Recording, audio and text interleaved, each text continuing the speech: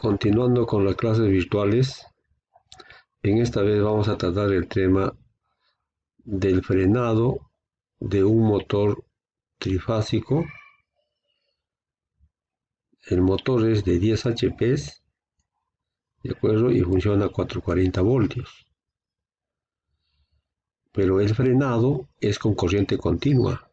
Para el frenado de un motor, cuando el motor se para y sigue girando el eje, al aplicarle corriente continua, se vuelve como un imán del estator hacia el rotor, y el rotor ahí mismo se para en seco, pero eso tiene que ser con corriente continua.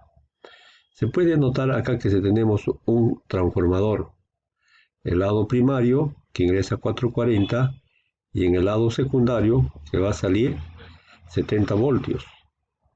Y acá se tiene un puente de diodo de onda completa. A este circuito de acá es que va a gobernar dos contactores, K2M y K3M. El K2M alimentará con corriente alterna a 440 voltios al lado primario del transformador, y el K3M es el que va a inyectar la corriente continua al motor cuando ya está desenergizado de la corriente alterna. En ningún instante debe estar la corriente alterna y la corriente continua, si pasara eso, simplemente se va a quemar la parte de la fuente de corriente continua. Entonces, acá se tiene el interruptor tripolar. Este contactor es el que va a cerrar el circuito para suministrar la corriente alterna al motor a 440. Y acá se tiene el relé térmico, el que va a proteger al motor a una sobrecarga mecánica en el eje. Aquí a la izquierda se tiene el circuito de control. Y el circuito de control aquí es a 220 voltios. Como se puede visualizar acá, 220 voltios. Se tiene una lámpara de señalización, de acuerdo, cuando hay una sobrecarga en el eje del motor. Se tiene K1M, K2M, K3M, y acá se tiene un temporizador. Un on delay, que es este temporizador, va a ser el tiempo que va a inyectar la corriente continua al motor. Constantemente no puede estar suministrado de corriente continua. ¿Por qué? Porque si no se van a calentar los campos. Es por un instante, por una fracción de segundos. Entonces vamos a visualizar el circuito cómo realmente funciona acá en este laboratorio virtual. Cierro el interruptor unipolar, cierro la llave tripolar.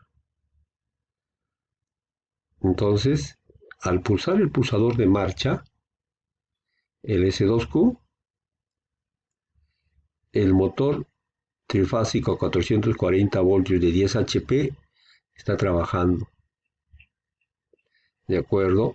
Entonces, cuando yo pulso el pulsador de stop, en ese instante es lo que se debe de inyectar la corriente continua. Pero cuando ya debe ser cortado la corriente alterna, simultáneamente no. No se suministra al motor corriente alterna y corriente continua simultáneamente, no. ¿De acuerdo? Entonces, cuando yo pulso S1Q, se desactivó K1M y en ese instante está aplicando la corriente continua por una fracción de tiempo. ¿De acuerdo? Entonces ya aplicó la corriente continua y lo desconectó. Fue automático. Eso es debido a que tiene un temporizador. Si de nuevo me voy de nuevo acá en el laboratorio virtual, empezó a funcionar el motor y vamos a suponer que hay una sobrecarga mecánica en el eje del motor. Entonces, ¿qué va a hacer? Va a subir la intensidad de corriente a través de estos contactos principales que son bimetálicos que se dilatan. Y al dilatarse a través de un dieléctrico, activa estos contactores, estos contactos auxiliares del relé térmico. Visualicemos. Se dan cuenta entonces, empezó la alarma a dar una señal. ¿Qué pasó? Que hubo una sobrecarga en el motor.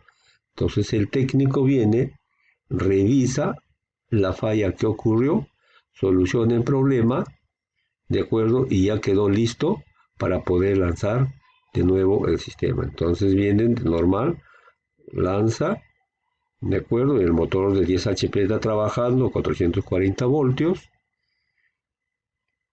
Y cuando pulsa el pulsador de parada,